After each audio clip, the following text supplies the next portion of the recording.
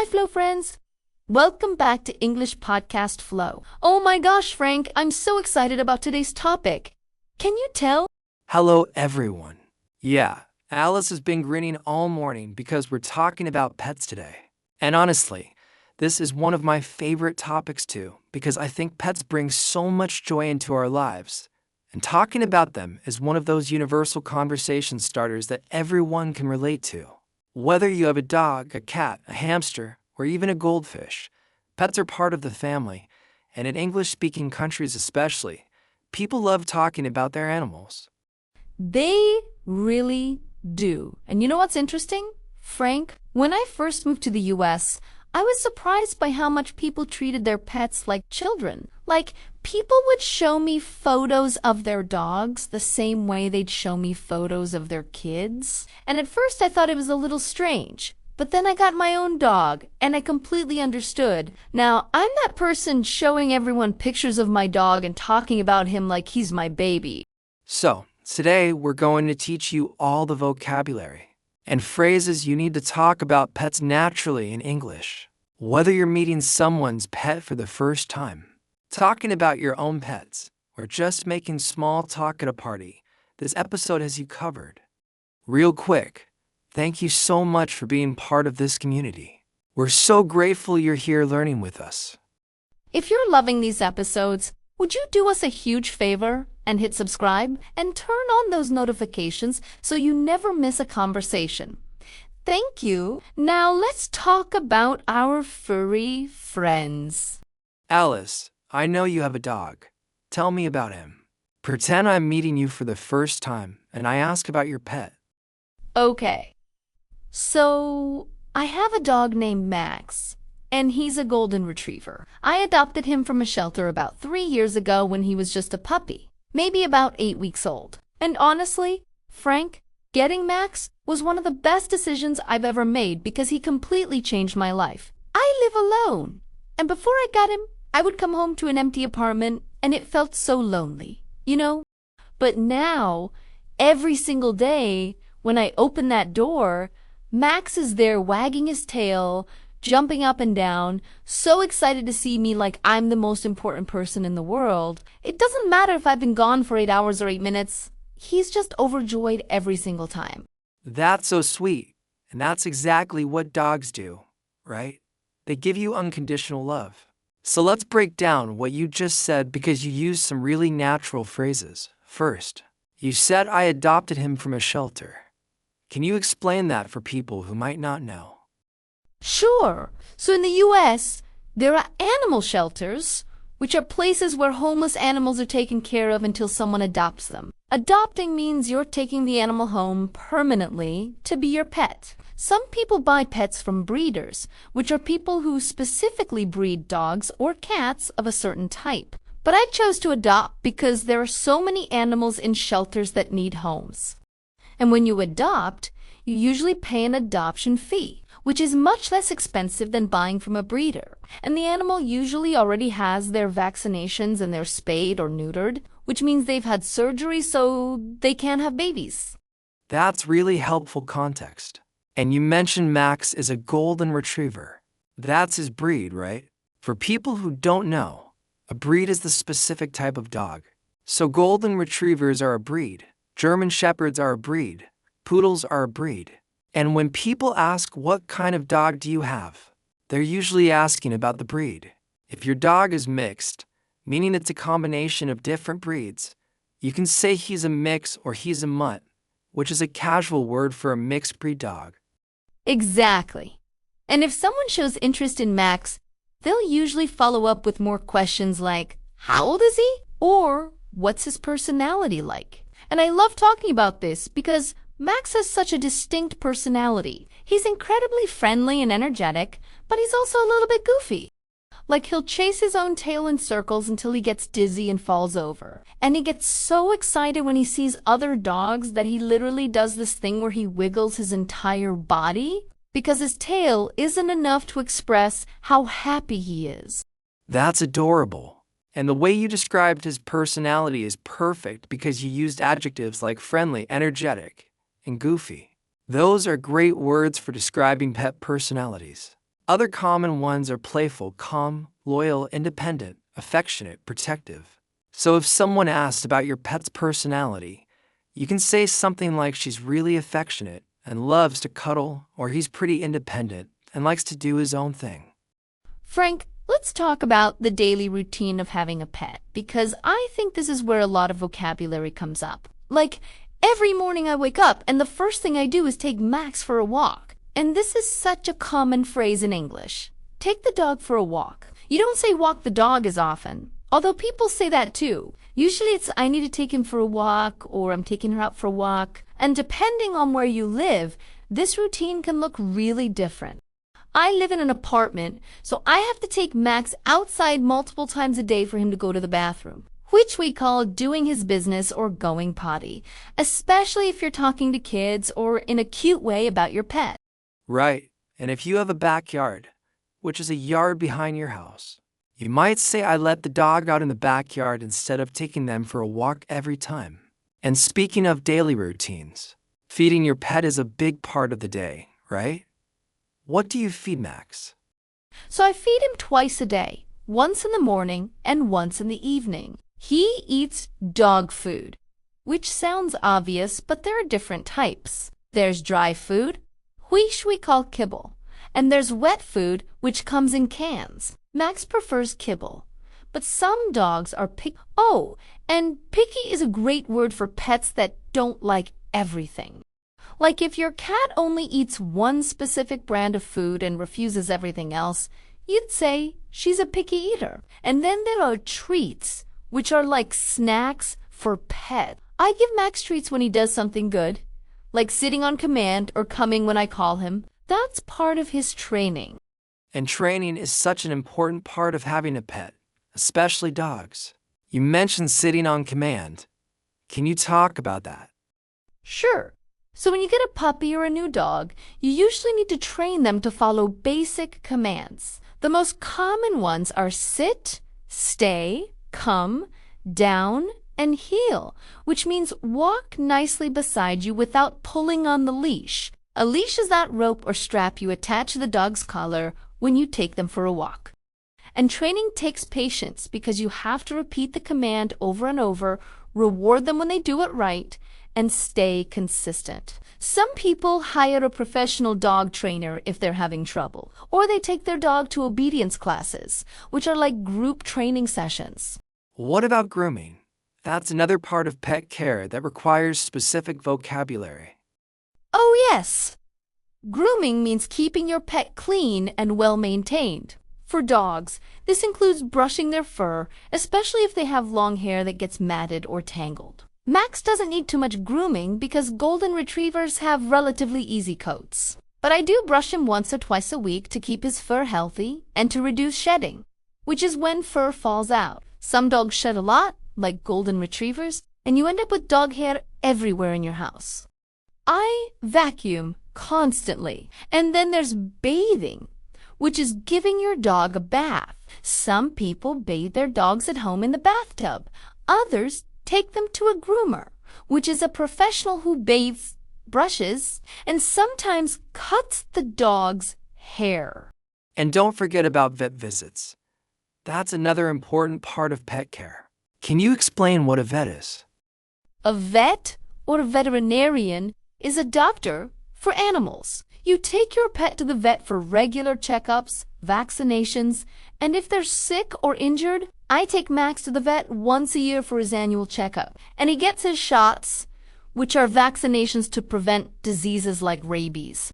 If Max ever seems sick, like if he's not eating or he's acting lethargic, which means really tired and not his usual energetic self, I call the vet right away. And vet bills can be expensive, so a lot of people get pet insurance to help cover the costs.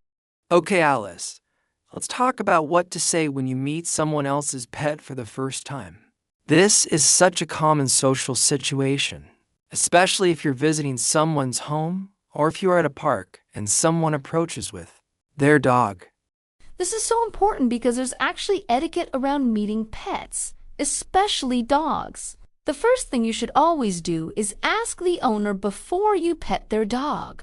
You say something like, May I pet your dog? Or is it okay if I say hi to your dog? You never just reach out and touch someone's pet without asking, because some dogs are nervous around strangers, or they might be in training, or they might not be friendly. And the owner will usually tell you, yes, of course. He loves people. Or she's a little shy, but you can try. And then if they say it's okay, you should approach calmly and let the dog sniff your hand first before you start petting them. That's great advice. And when you're petting the dog, what do people usually say to show they like the pet? Oh, there are so many cute phrases. People say things like, "Oh my goodness, she's adorable." Or "what a good boy." Or "you're so cute." Or "look at those big brown eyes." And you can compliment the owner too by saying things like, "your dog is so well," which means the dog has good manners. Or "he's so friendly." And if you're in a park and you see someone with a dog, you can start a conversation by asking, "what's his name?" Or "how old is she?" People who have pets love talking about them. So it's an easy way to make small talk. And what if the dog is really excited and jumping on you? How do you handle that? That can be a little overwhelming, especially if it's a big dog. Most owners will say something like, "sorry," "down, Max," or "no jumping," because they're trying to get the dog to stop. You can laugh it off and say it's okay. "I don't mind." If you really don't mind, or if it's bothering you, you can say politely, "he's very excited, isn't he?" And usually the owner will pull the dog back. The important thing is not to push the dog aggressively or get upset, because the owner is probably already embarrassed. Dogs sometimes can't control their enthusiasm, especially puppies. What about cats? Because cat people have their own culture too, right? Absolutely. Cats are very different from dogs in terms of personality and how they interact with strangers. If you're visiting someone who has a cat, the cat might come up to you and rub against your legs, which is a sign of affection. Or the cat might completely ignore you and hide, which is also totally normal because cats are more independent than dogs. If you want to pet a cat, you should extend your hand slowly and let the cat sniff you first. Some cats love being patooed and will purr, which is that rumbling sound they make when they're happy. But other cats will swat at you with their paw if they don't want to be touched. So you have to be respectful of their boundaries. And you can say things like, "your cat is beautiful," or "she has such pretty markings," which refers to the patterns in their fur. Alice, one of my favorite things about pet owners is that they always have funny stories. Tell me a funny story about Max. Oh my gosh, I have so many. Okay, so this happened a few months ago. I had some friends over for dinner, and I made this beautiful roasted chicken. I put it on the counter to cool down while we were sitting in the living room talking. And Max, who is usually pretty well behaved, must have smelled that chicken from across the room. I don't know how he did it, but somehow he managed to jump up, pull that entire chicken off the counter, and drag it to his bed in the corner. And Frank, by the time I noticed what was happening, he had already eaten half of it, just sitting there in his bed, surrounded by chicken bones, looking at me with the most guilty expression on his face. And I couldn't even be mad because it was partly my fault for leaving it within reach. But also it was so ridiculous that I just started laughing. That is hilarious. And I love the phrase guilty expression because dogs totally have that look when they know they did something wrong, don't they? Their ears go down. They won't make eye contact. They might even slink away slowly. They absolutely do. And this is such a common experience for dog owners. People always say things like, "he got into the trash," or "she chewed up my favorite shoes," or "he ate my homework," which is actually a real thing that happens, not just an excuse. Dogs are curious and sometimes destructive, especially when they're puppies or when they're bored. And people share these stories all the time because they're relatable and funny. If you want to share a funny pet story, you can start by saying, "you won't believe what my dog did yesterday," or "I have to tell you this funny story about my cat." What are some other common funny things pets do? Oh, there are so many. Cats are famous for knocking things off tables and counters. Like they'll just walk up to a glass and push it off the edge while looking you dead in the eye. They also love to sit in boxers, no matter how small the box is. People joke that if it fits, I sits, which is like a cat motto. And both cats and dogs will sometimes get the zoomies, which is when they suddenly have a burst of energy and start running around the house like crazy for no apparent reason. It's hilarious to watch. And what about when pets do something really smart or surprising? Those are great stories too. Like when a dog learns a new trick or figures out how to open a door, or when a cat brings you a gift, which is usually a dead mouse or bird they caught. Cat owners will say things like, "I woke up this morning and there was a mouse on my pillow." My cat is such a good hunter. Even though it's kind of gross, they say it with pride because it shows the cat's natural instincts. And with dogs, people love to share stories about their dog being protective or loyal. Like my dog always knows when I'm sad and comes to comfort me, or he barks whenever someone comes to the door, and he's a great watchdog. Alice, we need to talk about something more difficult now. What happens when you lose a pet? Because pets don't live as long as humans, and eventually every pet owner faces this loss. How do you talk about that in English? This is so hard to talk about, Frank, but you're right that it's important. When a pet dies, people often say, "I lost my dog," or "we had to say goodbye to our cat." They don't usually say "my dog died" directly because it feels too harsh. Instead, they use gentler phrases like "he passed away" or "we had to put him down," which means the vet helped the animal die peacefully because they were suffering. And this is one of the hardest decisions a pet owner ever has to make. But sometimes it's the kindest thing you can do for a pet who's in pain or very sick. And how do you comfort someone who just lost a pet?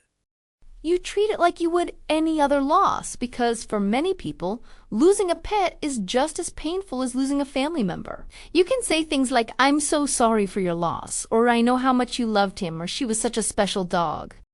You acknowledge their grief and you let them know it's okay to be sad. Never say things like "it was just a dog" or "you can get another one," because that minimizes their pain. Each pet is unique and irreplaceable, and people need time to grieve. That's really important advice. And you can also share a positive memory if you knew their pet. Like, "I'll always remember how excited he got when visitors came over," or "she had such a sweet personality." These kinds of statements honor the pet's memory and show that you recognize what made them special. Absolutely. And sometimes people will say things like, "he lived a good long life if the pet was older," or "at least she's not in pain anymore if the pet was sick." These phrases help find some peace in the loss. And many people eventually get another pet after some time has passed. And when they do, they might say, "I adopted a new puppy," not to replace Max, but to honor his memory by giving another dog a loving home. That's a beautiful way to think about it. Your turn now. Go to the comments and tell us, have a pet. What kind? What's their name and personality? Or if you don't have a pet, tell us what kind of pet you'd like to have someday, and share a funny pet story if you have one. Thank you so much for joining us today. Talking about pets is one of those joyful, universal topics that brings people together. And now you have all the vocabulary you need to talk naturally about pets in English. Whether you're introducing your own pet, meeting someone else's, or just making small talk at a party. Remember, pet owners love talking about their animals. So asking about someone's pet is always a great conversation starter. And if you have pets, you already have endless stories to share in English. Keep practicing, keep learning, keep that English flowing, and give your pets some extra love from us. We'll see you in the next episode. Bye, friends. Give those fur babies a hug.